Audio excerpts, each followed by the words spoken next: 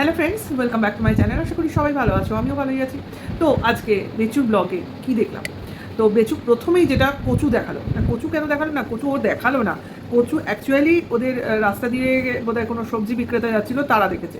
অর্থাৎ জানোই তো গ্রামে গঞ্জে যেটা হয়, লোকের বাড়িতে এসব হয়, তাই দেখে অন্যান্য চাষিরা এসে কিনে নিয়ে যায়। তো সেটাই হলো, প্রথমেই বেচু দিনের শুরুতে ব্লগিংয়ে কচু বেচলো, মানে কচু বেচলো, কচু প্রফিট এলো না, প্রফিটটা অরিজিনালি এলো আর কচুটা বাইরে গেল। তো যাই হোক, একটা লাভ হলো, দিনের শুরুতেই একটা লাভ দিয়ে দিনটা শুরু করলো। তো দিনটা কিসের জন্য স্পেশাল ছিল না, এই দিনকে বেচুর ঠাকুরদার মানে মৃত্যুবার্ষিকী, এটা ডেটটা, কিন্তু ওরা মৃত্যুবার্ষিকী এইভাবে পালন করে যে ওই দিন একটা ওই নাম কীর্তন রাখে আর কি, হরিনাম কীর্তন, আমরা এটাই বলি। এবার অন্য কেউ তোমরা কি বলো সেটা তোমরা বলবে, কারণ বেচু তো পরিষ্কার করে কিছু বলতেই পারলো না, কি বলে বলেই গেল, কিন্তু কোনো সদুত্তর পেলাম না। তো আমরা যেটা মানে আমি যেটা বুঝলাম বা আমি যেটা সাধারণত শুনে থাকি সেটাই, যে নাম কীর্তন বলে এটাকে, হরিনাম কীর্তন, তাই না? তো সেটাই হলো। তো একদল হরিনাম সংকীর্তনের লোকজন এসেছিলো, সেটা বোঝাই গেল। এতে দল বেঁধেই লোকজন আসে, নাম গান হয়, ওইসব তিলক কাটাকাটি হয় যেগুলো হচ্ছিল। তো সেটাই অ্যাকচুয়ালি তোমার নদিয়া ডিস্ট্রিক্টের ম্যাক্সিমাম বাড়িতেই এই চলটা রয়েছে। ওদের এখানে এই ধরনের নাম গানের খুব প্রচলন রয়েছে, আমাদের এদিকেও হয় সাধারণত শ্রাদ্ধানুষ্ঠানে বা এইসব মানে কৃষ্ণের জন্মবার্ষিকী, জন্মাষ্টমী এইসবের ক্ষেত্রে হয়তো এরকম অ্যারেঞ্জমেন্ট করে, হতে পারে।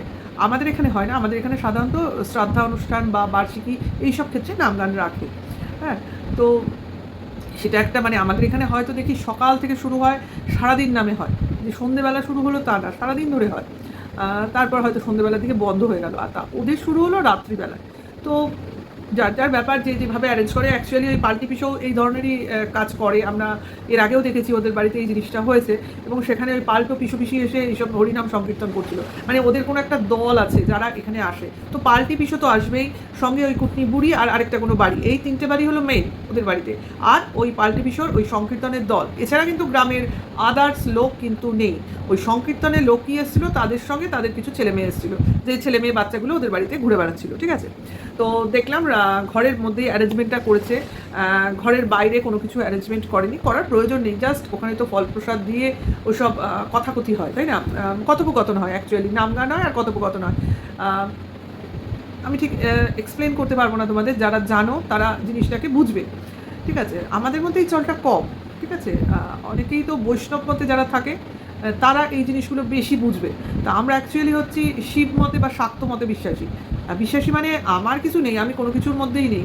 আমাদের বাবা, ঠাকুরদা, ঠাকুমা এদের দেখেছি যে আমার আবার বাবার দিকের দাদু ঠাকুমা ছিল ওই হরিনাম সংকীর্তন করতো।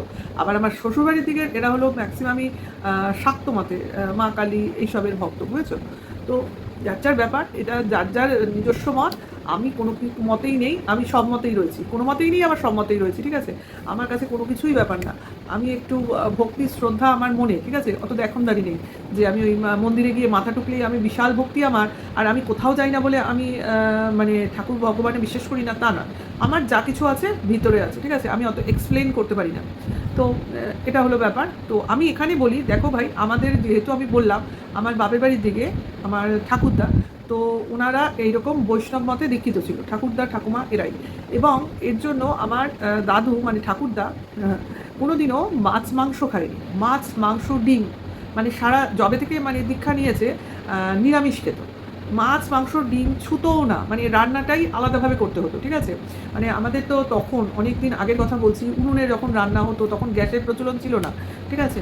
তো সেই উনুনে রান্না করলে জানো নিশ্চয়ই তোমরা, আমি এগুলো ছোটোবেলায় দেখেছি, উনুনকে প্রতিদিন তোমার ওই মাটি দিয়ে, মাটির উনুন ছিল, মানে যেটা কিনা দেয়ালে সেট করা, ওই তুমি বেচোদের বাড়িতে তোমরা দেখতে পাবে, সেখানে মাটি দিয়ে রোজই, কলকাতার বাড়িতে মাটির উনুন ছিল, ঠিক আছে? আমরা সেন্ট্রাল কলকাতা বলছি, আমি কিন্তু কোনো গ্রামের বাড়ি বলছি না, মাটির উনুন ওইখানেই ছিল, রান্নাঘরে ছিল আমাদের। আমাদের একটা মাটির উনুন ছিল, আবার একটা তোলা উনুন ছিল, মানে যেটাকে বলে বালতি উনুন, ঠিক আছে? দুরকম উনুনে রান্না হতো।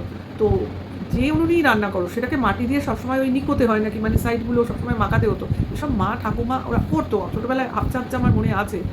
তো তার জন্য কয়লা ভাঙো, কাঠ কাটো, অনেক রকম সিস্টেম ছিল, মানে সে আমি দেখেছি ছোটোবেলায় আমাদের বাড়িতে কয়লার চৌবাচ্চা ছিল, হ্যাঁ, ভাঙা কাঠ কিনতে হতো, সে মাথায় ঝুড়ি করে কাঠ বিক্রি করতে আসতো কলকাতায়, তো সে কাঠ ঝুড়ি ঝুড়ি কাঠ কিনে রাখতো, কেন না উনুন ধরাবে বলে, বুঝতে পারছো? স্টোভও ছিল যেটা কিনা কেরোসিনে চলতো। সে আমাদের সময় আমার মনে আছে এখন স্টোভের নাম নূতন স্টোভ, যে স্টোভ এখন আর নেই, ঠিক আছে, মানে ওটা একটা কোম্পানি। তো সেই স্টোভটা তোলা থাকতো, সেগুলো হচ্ছে মানে যখন উনুনের কাজ হয়ে যেত, সারা দিন ধরে তো উনুন জ্বলতো না, যখন উনুনের কাজ হয়ে যেত তারপরে যদি কোনো দরকারপাতি হতো তখন কিনা স্টোভে রান্না হতো, ঠিক আছে। এত রকম ছিল। তারপর আবার তোমার পাম্প স্টোভও ছিল, মানে কত রকম জিনিস যে দেখেছি ছোটোবেলায়। এখনকার দিনের ছেলেমেয়েরা সেগুলো জানেও না, বোঝেও না, ওই বইয়ের মাধ্যমে, ছবির মাধ্যমে তাদের বুঝতে হবে, ঠিক আছে। তো সেই এইগুলো বলার উদ্দেশ্য এটাই যে আমার দাদু যেহেতু নিরামিষ খেত, এই বৈষ্ণববাদে দীক্ষিত ছিল বলে সবার আগে তার রান্নাটা হতো, ঠিক আছে। মানে আমিষ রান্না হওয়ার আগে প্রতিদিনই উনুন নতুন করে তৈরি করতে হতো, সেই জন্য সেই উনুন নাকি পবিত্র হয়ে যেত এবং নতুন করে সেই কয়লা কাঠ দিয়েই আবার সাজাতে হতো। কাজে প্রতিদিন শুরুর রান্নাটা তোমার নিরামিষ হতো, সেখানে মাছ করা যেত না। এবার সমস্ত নিরামিষ রান্না হয়ে যাবে, সরানো হয়ে যাবে, তারপর হতো গিয়ে তোমার এই মাছ বলো, ডিম বলো। আর তখন আমাদের দিনে মুরগির মাংস এবং মুরগির ডিম বাড়িতে ঢুকতোই না, ঠিক আছে। একে তো আমরা দাদু ছিল বৈষ্ণব, দ্বিতীয় ছিল ব্রাহ্মণ, ঠিক আছে, বুঝতেই পারছো। আমার বাবার বাড়ি হচ্ছে চ্যাটার্জি, তো সেই জন্য মুরগির মাংস তো ঢুকতো না, মুরগির ডিমও ঢুকতো না। মাংস মানে শুধুমাত্র পাঁঠার মাংস, আর তোমার মাছ সব রকমই হতো, মানে যেগুলো নর্মাল মাছ, অ্যাবনর্মাল মাছ আমি কিছু দেখিনি। মানে এই যে বিভিন্ন রকম মাছের নাম শুনি না, এরকম আমি দেখিনি। আমাদের হচ্ছে তোমার ওই কাতলা, রুই, মানে রুই, কাতলা, বোয়াল, বোয়াল হতো না, বোয়াল খুব কম হতো, খেতো না। তোমার কী বলে ওটাকে, আরে ভেটকি, ইলিশ, মৌরলা মাছ, এইগুলো মানে শিং মাছ। আমাকে তো শিং মাছ খাইয়ে, শিং মাগুর খাইয়ে খাইয়ে আবার মুখ পচিয়ে দিয়েছিল ছোটোবেলায়, ওই লাস্টে খেতে চাইতাম না। এইরকম সব মাছ হতো, মানে ওই যে সব শুনি না, রিঠা মাছ, তারপর কি শার্টিন, কি পটল শার্টিন মাছ, এটা আমি জন্মে না আমি শুনিনি, না আমি বাপের বাড়িতে শুনেছি, না আমি শ্বশুর বাড়িতে শুনেছি, মানে এটা কেউ খায় না, তার জন্য শুনিনি, কোনোদিন খাইও নি। তো সেই রকমই ব্যাপার। তো এইটা বলার উদ্দেশ্যটা কি, মানে ওদের হরিনাম সংকীর্তনের সঙ্গে আমার এই দাদুর ব্যাপারটা যে বলছি, বৈষ্ণব দীক্ষা, হরিনাম সংকীর্তন আমাদের বাড়িতেও হতো, প্রতি রবিবার করে হতো, হ্যাঁ। কারণ আমার দাদুর আবার অনেক শিষ্য টিষ্য ব্যাপার ছিল, গুরু ছিল, মানে দীক্ষা দিত সেই হিসেবে। আর আমার দাদু আবার চাকরিও করতো, রেলে চাকরি করতো, বুঝেছো। রিটায়ারমেন্টের পর এগুলো বেশি বেশি হয়েছে। রিটায়ারমেন্টের আগে তো তো বুঝতেই পারছো, তোমার রেলের চাকরি মানে তোমার ট্রান্সফারেবল জব, তাকে ঘুরে ঘুরেই কাজ করতে হতো, মানে সবসময় বাড়িতে থাকতো না, ম্যাক্সিমামই বাইরে থাকতো। তো সেই রকম তখনকার আমলে, স্বাধীনতার আমলের কথা বলছি, বুঝতে পারছো নিশ্চয়ই। তো তখনকার সময়টা এরকমই ছিল। তা সেই জন্য তখন তার এই বাংলাদেশ, কলকাতা, পশ্চিমবঙ্গ আলাদা ছিল না, সব জায়গায় যেতে হতো। তা সেইরকমভাবে অনেক দূরে দূরে থাকতো, তার জন্য এইসব কাজ যতদিন চাকরি করেছে করে, দীক্ষা তার ছিল। কিন্তু যখন রিটায়ার করেছে তারপর থেকে এইগুলো করতো, ঠিক আছে। তা এই হলো ব্যাপার তোমার। আর এইটা বলে দিই অবেকার জিনিস, যার জন্য তোমরা বুঝতে পারবে, যেহেতু গভর্নমেন্ট সার্ভিস করতো আমার দাদু, রেলের চাকরি যেহেতু, জানো নিশ্চয়ই গভর্নমেন্ট সার্ভিসে একটা পেনশনের ব্যাপার থাকে, তো রেলের চাকরিতেও পেনশন বেশ ভালো। কিন্তু আমার দাদু এমন সময় বা এমন সালে রিটায়ার করেছিল যখন কিনা এই পেনশনের ব্যাপারটা ছিল না। আমার দাদু কিন্তু পেনশন পেতো না, ঠিক আছে, তখন পেনশনের চল হয়নি। এরপরে যখন পেনশন চল হয়েছে তখন আমার দাদু আর পায়নি, আমার দাদু ততদিনে মারা গেছে, আমার ঠাকুমা পেনশন পেত। সেই দাদুর ফ্যামিলি পেনশনটা আমার ঠাকুমা পেয়েছে আমার দাদুর মারা যাওয়ার পর, বুঝতে পারছো, জবে থেকে চালু হয়েছে এটা জানা, মানে মানে ভেতর থেকে কেউ খেয়ালও করেনি, জানেও না। যখন রিটায়ার করেছে তখন ছিল না, তারপরে যখন চালু হয়েছে ছেলেরা কেউ যোগাযোগ করেনি বা জিনিসটাকে নিয়ে ভাবেনি। এবার যখন ভেবেছে ততদিনে দাদু মারা গেছে, শুধুমাত্র ফ্যামিলি পেনশনটা ঠাকুমা বেশ কয়েকদিন পেয়েছে, কয়েক বছর আর কি। তো এই হলো ব্যাপার। এইবার বলি কেন আমি কথাটা আনলাম। কথাটা আনার একটাই উদ্দেশ্য, যে নিরামিষ খাওয়া, যারা কিনা এই নাম সংকীর্তন করে তারা কিন্তু নিরামিষ খায়, এই মন্ত্রজ্যোতি দীক্ষা নেয়। এখন ওরা তো সেটা নয়, আমার যতদূর মনে হয় বেচুর ফ্যামিলি সেই দীক্ষার ব্যাপারটা নেই, তো সেক্ষেত্রে তারা যে সবসময় নিরামিষ খাবে সেটা নয়। কিন্তু ভাই যেদিন বাড়িতে নাম সংকীর্তন হচ্ছে, একটা হরিনাম সংকীর্তন হচ্ছে, সেদিন ভাই তোমরা এত রকম মাছ, মাংস, হাবি জাবি জিনিস রান্না করে খেলে কি করে?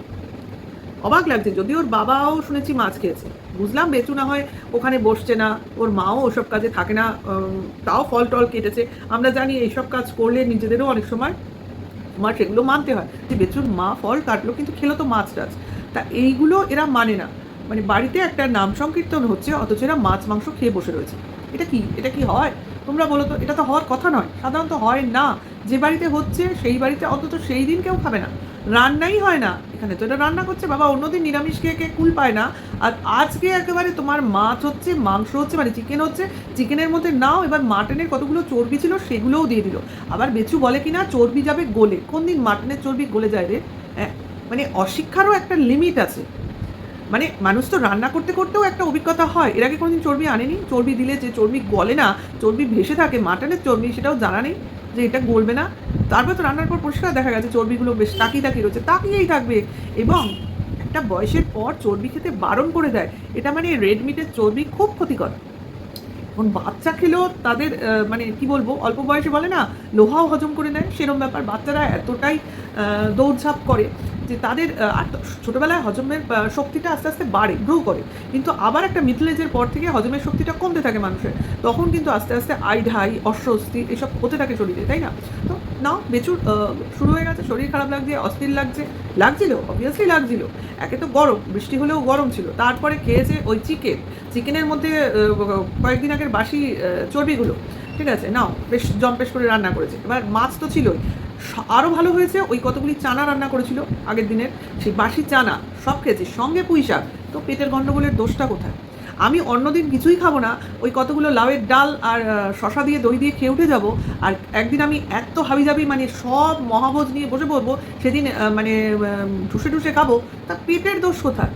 পেটও তো একটা অভ্যাসে চলে রে ভাই, যে এইরকম খায়, আমি এরকম পরিমাণ আমার হজম শক্তি করাতে হবে, এইটা আমার কাজ। এবার আজকে কম খাচ্ছে, কম কাজ করছি, কাল আমি বেশি খাচ্ছে, বেশি কাজ করছি। আরে তোর লিভার যন্ত্রটাই তো বুঝতে পারছে না তোর কীভাবে তোর শরীরটাকে ঠিক রাখবে, কতটা পেছন করবে, কতটা এমনিই ছেড়ে দেবে, নাকি ও হাঁপিয়ে যাচ্ছে তোর সঙ্গে সঙ্গে। তোকে বুঝতেই পারছে না তোর ভেতরের শরীরের অঙ্গ প্রত্যঙ্গগুলো, যে তুই কি চাস। অ্যাকচুয়ালি তুই নিজেই বুঝতে পারছিস না তুই কি করবি, এটাই হলো কথা। এই যে মানুষ যা পায় তাই খায়, খেয়াল করো আমি যেখান থেকে বলছি, এই যে আজকে যা হলো, যা রান্না হলো, বেশি বেশি খেতে ইচ্ছে করছে, বেশি বেশি করতে ইচ্ছে হচ্ছে। কেন? যখন মানুষ খুব টেনশনে থাকে, যখন মানুষ কি করবে ভেবে পায় না, যখন মানুষ মানে প্রচণ্ড হতাশায় ভোগে, তখন কিন্তু মানুষ ওই খাওয়াটাকেই আশ্রয় করে। তখন সে যা পায় খায়, খেয়ে সময় কাটায়, দেখবে মুখ চালাতে থাকে। এক্স্যাক্টলি যেটা কিনা টিনাও করে। ওর যখন এইসব হয় দেখবে এটা খাই, সেটা খাই, বাইরে গিয়ে খাই, অমুক খাই, বেচুরও তাই। তার মানে এখন বোঝা যাচ্ছে যে বেচু কতটা চাপে রয়েছে। তার জন্যই তো এই হাবিজাবি জিনিসগুলো খেয়ে শরীরটা খারাপ করলো। দ্বিতীয়, বাবার জন্যও মাছ এনেছে, বললো 2 রকম মাছ, ভোলা মাছ প্লাস রুই মাছ। কেন? ওয়ার কিসের জন্য? যারা হরিনাম সংকীর্তন করতে এসছে তারা তো খাবে না, নিশ্চয়ই খাবে না, খাওয়া দেখায়নি। কারণ যারা করে তারা নিরামিষ খায়, তারা মাছ মাংস খাবেই না। তাহলে বাবা যেখানে তার নিজের বাবার পুজো অনুষ্ঠানে বসছে, সে কী করে মাছ খেয়ে বসে? আমার ভাই এই জিনিসটা ভালো লাগেনি, আর আমি মনে হয় এটা হয় না। এবার তোমরা আমাকে অবশ্য করেই জানিও এরকম হয় না হয় না, ঠিক আছে? তো এই জিনিসটা তো খারাপ লেগেইছে। আর হচ্ছে তোমার কী বলে, বিড়ালের প্রসঙ্গ, যেটা না বললেই নয়। এই বিড়াল কিন্তু এখন 2 জায়গায় কমন থাকছে, এবং বেচু টিনাকে নকল করে, অবভিয়াসলি অনেক দিন আগে থেকে নকল করে, আজকে নতুন ওর মানে সারা জীবনটাই ওর নকলের মধ্যেই কেটে যাবে। তো আজকে আবার সেই বিড়াল, টিনার বাড়িতে বিড়ালটা হচ্ছে গিয়ে তোমার মেয়ে বিড়াল আর সুন্দরী, আর এর বাড়িতে বিড়ালটা হচ্ছে গিয়ে তোমার ছেলে বিড়াল, অর্থাৎ টফি। তাহলে ও নিয়ে এসছে ওর হাজব্যান্ডকে, আর এ নিয়ে এসছে তার ওয়াইফকে। তাহলে বেচুর বাড়িতে বউয়ের আগমন হলো, অর্থাৎ আবার লেডিস, হায় হায়, এবং সঙ্গে কিছু এদের বাচ্চা কাচ্চা, যাকে কিনা খুঁজে পাচ্ছে না। এবার কোন কোনায় গিয়ে রেখেছে দেখো, ও গ্যারেজে খুঁজছে, দেখ গিয়ে তোর এসি ঘরে ঘুমাচ্ছে কিনা খাটের তলায়, সেইটা দেখ। হ্যাঁ, কারণ বলা যায় না, বিড়াল কিন্তু ভীষণ বাচ্চা চেঞ্জ করে। তো কী বলে, এর বাড়িতে বউ এসছে আর ওর বাড়িতে বর গেছে, মানে এক্সচেঞ্জ হয়েছে। যাই হোক, এত নকল করতে গেলে আমাদের বলার অনেক সুযোগ হয়ে যায়, তাই না? যাই হোক, নতুন বউ এসছে, তার জন্যও মাছ মাংস এগুলো রান্না হলেও হতে পারে, তাই না? নতুন বউ এসছে বলে কথা, তার জন্য এত ভুরিভোজ, এবং ভুরিভোজ খেয়ে বেচুর হয়নি সহ্য, তার জন্য হয়েছে তার কি পেট গরম থেকে হয়েছে পেটে অস্বস্তি, গরম জল খেয়েও কমছে না। আমি বলি কি আমি ম্যাক্সিমাম লোককে দেখেছি গলায় হাত দিয়ে বমি কর, একদম ঠিক হয়ে যাবে, যা আছে ভিতরে, যেটা গলা অবধি উঠে আছে সব বেরিয়ে যাবে, অল ক্লিয়ার হয়ে যাবে। দিয়ে তারপর ভালো করে ঘুম লাগা, সকালে উঠে জলমুড়ি খা, শরীর ঠিক হয়ে যাবে। আমরা কিন্তু এই প্রসেসেই চলি। হ্যাঁ, মাটনের চর্বি খাওয়া 40+ বয়সে, ভাই আমরা মাটন দেখলে দূরে যাই, 1 পিস মাংস যদি খাই তো হয়ে গেল। আমি তো খাই না, আমার খাওয়া বারণ, যেহেতু আমার ইউরিক অ্যাসিড আছে, কী বলে প্রেশার আছে, প্লাস আমার নেই, কী বলে তোমার গল ব্লাডার নেই। তো আমার তো পুরোপুরি বারণ, আমি খেলেও ওই মাংসের ঝোলটুকু আলুটুকুর মধ্যে থাকে, মাংস মুখেও দিই, মানে মাটন মুখেও দিই না, কিন্তু চিকেনটা খাই।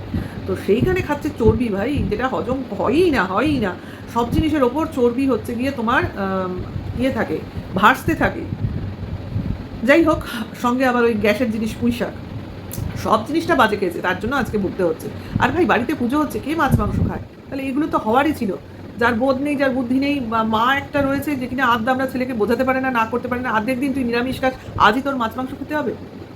মানে মারও কোনো বোধ নেই, না বাবার বুদ্ধি আছে, না মার বোধ আছে। বাবার বুদ্ধি খুঁজছি আমি ভাই। কুচুটে বুড়ো যে কিনা অলওয়েজ মুখে গালাগালি লেগে রয়েছে, আর সবসময় পেছন থেকে ব্যাকে থেকে খেলে। অ্যাকচুয়ালি উনি ব্যাকে থেকে খেলে নিজেকে, মানে যতক্ষণ মুখ বন্ধ ছিল ততক্ষণ আমরা ওনার ওই রূপটা দেখতে পাইনি। যবে থেকে মুখ খুলতে শুরু করেছে ভাই, পচা গন্ধ ছাড়া আর কিছু বেরোচ্ছে না, মানে দাঁত মাজে না। যাই হোক, বেচুর ছেলে, মানে টিনার ছেলে, বেচুর ছেলে বলা হয়, টিনার ছেলে যে মাংস খেতে ভালোবাসে, ভালো। ওই বয়সী ছেলে খাবে না তো কোন বয়সী ছেলে খাবে? ওকেই বেশি বেশি করে খাওয়া। কারণ ছেলেরা, বাচ্চারা যত খাবে, 4 বেলা ভরপুর খাবে, তো সে তার চেহারাটা তার সেইভাবেই হবে। তোদের তো খাওয়ার দরকার নেই, সারা জীবন খেয়েছে, এবার বাচ্চাটা খাক, তাই না? বেশ সুন্দর দেখছি, নিজে নিজে ভাত বাড়ছে। কেন? ওকে কি ভাত কিছু কম দেওয়া হয়? যার জন্য ওর মনে হচ্ছে আমার ভাতটা আমি নেবো। আমার জানি কেন মনে হলো, মানে ওইটুক বাচ্চা ভাত বেড়ে খাবে? ভাই, আমার বুড়ো দাড়ি মেয়েটা ভাত বেড়ে খায় না। যাই হোক, কি জানি কী ব্যাপার, ওদের বাড়ির ছেলেগুলো বোধহয় এক্সট্রা অর্ডিনারি। নিজে নিজেই কারা হয় এরকম যে আমি নিজে খাবো, এটা আমায় এখন খেতে দাও? কারা হয় যাদের বাড়িতে সেইভাবে তাদের নজর করে না, বা ঠিকমতো তাদের খেতে দেয় না, বা তাদের পেটে খিদে থাকে অথচ কেউ তাদের খাবারের খেয়াল রাখে না? তারা কিন্তু এই টাইপের হতে পারে যে আমার খাওয়াটা আমার নিজে নিয়ে যেতে হবে, আমার খাওয়ার পরিমাণটা আমার নিজেকে ভাবতে হবে। যেমন আমার মেয়ে হোস্টেলে থাকে, তো তার নিজের খাওয়ার চিন্তা তাকে নিজে করে রাখতে হয়, কিন্তু বাড়িতে আসলেই ভুলে যায় যে মা আছে যখন, আমার খাওয়ার চিন্তা করতে হবে না। খাওয়ার টাইমে খাওয়াটা ঠিক আমার মা মুখে, আমি যাই করি আমার মুখ দিয়ে আমার পেটে পাঠিয়েই দেবে। কাজেই বুঝতে পারছো কোন জায়গায় গিয়ে বাচ্চা নিজের খাওয়ার ব্যাপারে কনসাস হয়ে যায়। তাহলে এটাও কিন্তু একটা বিশাল সন্দেহের ব্যাপার। ওইটুকু বয়সী বাচ্চা যে কিনা বলছে আমাকে এখন এটা দাও, আমাকে এখন সেটা দাও, আবার সে নিজেই নিজের খাবারটা নিচ্ছে এবং সুন্দর থালায় নিয়ে গিয়ে বসে বসে নিজে নিজে খাচ্ছে। তাহলে একরকম ছেলেটা হোস্টেলেই রয়েছে, যেখানে ওর নিজের কাজ নিজেরই করতে হচ্ছে, তাছাড়া কোনো উপায় নেই। আর যেটুকু ও অ্যাওয়ারনেস পাচ্ছে এদের থেকে, শুধুমাত্র টিনা তার ছেলেকে চাইছে বলে। যেদিন টিনা বলে দেবে না কোনো দিন, মানে এদের স্বপ্নে রয়েছে যে যদি টিনা বলতো যে আমার ছেলেকে চাই না, ও সেদিন থেকে ওই ছেলের উপর অযত্ন আরও প্রকট হয়ে উঠতো। এখন যেটুকু দেখাচ্ছে ভাই, সোশ্যাল মিডিয়ায় দেখাবার জন্য দেখনদারি চলছে। এটা কিন্তু আজকের ডেটে, আজকের ব্লগিংয়ে আরও পরিষ্কার হয়ে গেল। বুঝতে পারছো যে নিজের পেটে কতটা খাবার ঢুকবে, যে বাবা যেটুকু খেলে আমার শরীর ভালো থাকবে, মন্দ হবে কি হবে না এই জ্ঞান নেই, সে কিনা একটা বাচ্চা ছেলের খেয়াল কী রাখবে? হ্যাঁ, যার বাবা হওয়ারই যোগ্যতা নেই। তার থেকে বড় কথা, তার সেই বাবার মা রয়েছে, সেই মা কোনো বারণ করে না তার ছেলেকে, আর এইটা খাবি না, সেটা খাবি না, এটা উচিত না, ওটা উচিত না, বা আজকে এটা উচিত না, কোনো কিছুই বারণ নেই। সেই বাড়িতে বাচ্চার ভবিষ্যৎ কী, তার কেয়ারিংয়ের ব্যাপার কী, কনসাসে সেফ পরিবেশে রয়েছে, সবটাই কিন্তু একটা প্রশ্নের আকারে আমাদের সামনে দাঁড়িয়ে রয়েছে। তো ভিডিওটা এখানেই শেষ করবো। ভালো লাগলে কমেন্টস করবে, লাইক করবে এবং নেক্সট ভিডিও ওয়েট করবে। Tata, by.